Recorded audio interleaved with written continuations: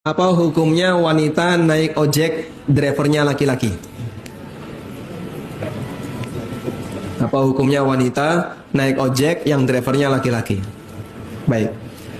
Yang dilarang interaksi antara laki dan wanita yang bukan mahram apa saja, Pak? Satu, tidak boleh berkhalwat.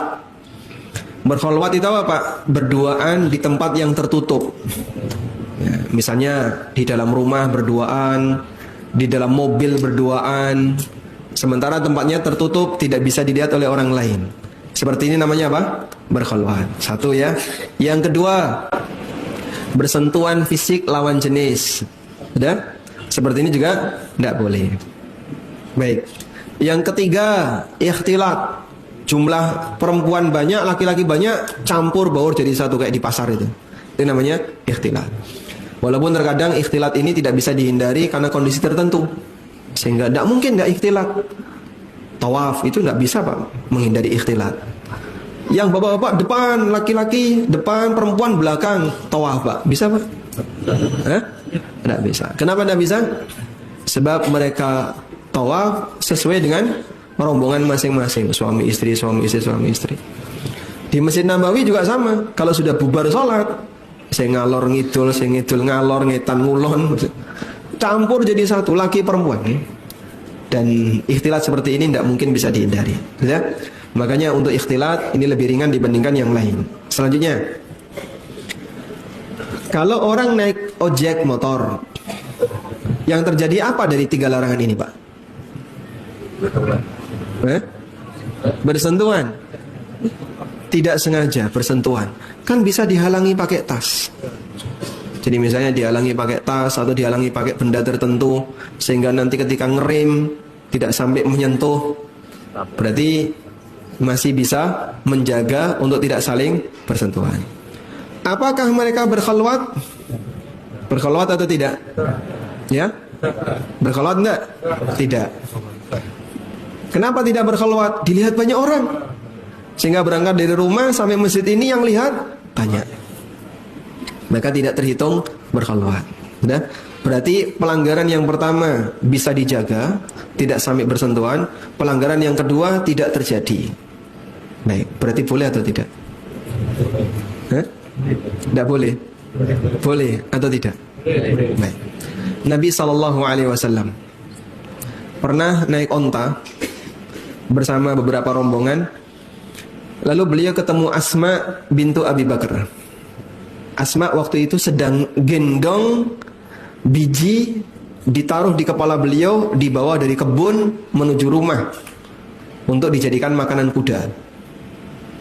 Ketika Nabi SAW melihat Asma dalam situasi itu, Rasulullah SAW menderungkan ontanya dan minta Asma untuk bonceng. Tapi Asma teringat cemburunya Zubair bin Awam, sehingga Asma menolak. Akhirnya karena Asma menolak, Rasulullah SAW melanjutkan perjalanan menuju Madinah. Sampai di rumah Asma cerita, menyampaikan kalau tadi ditawari Nabi SAW bonceng. Asma dengan Nabi mahram atau bukan? Mahram atau bukan? Kenapa bukan? Karena Asma ini saudara ipar. Asma dengan Aisyah apanya? Adik kakak sebapak, saudara sebapak beda ibu. Baik. Nah, ketika Asma cerita sama suaminya Zubair bin Awam, kemudian Asma bilang, aku teringat cemburunya kamu sehingga aku tidak mau naik. Apa kata Zubair? Andai kan kau naik, lebih aku senangi daripada kau harus mengangkat ini dari kebun sampai rumah. Dan ini jadi dalil oleh sebagian untuk mengatakan bahwa boncengan lawan jenis hukumnya boleh selama tadi tidak terjadi sentuhan dan dilihat banyak orang. Artinya tidak terjadi khalwat.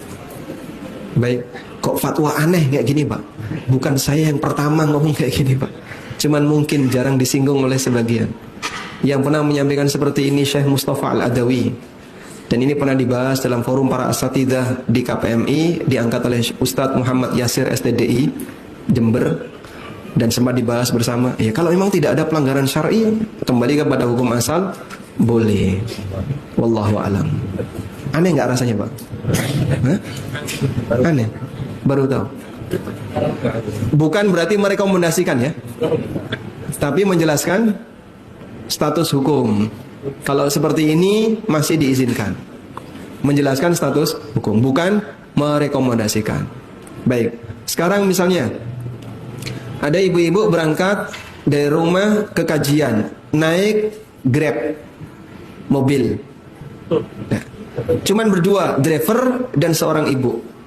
Tertutup kacanya, boleh? Tidak boleh. Solusinya gimana Pak? Buka jendelanya.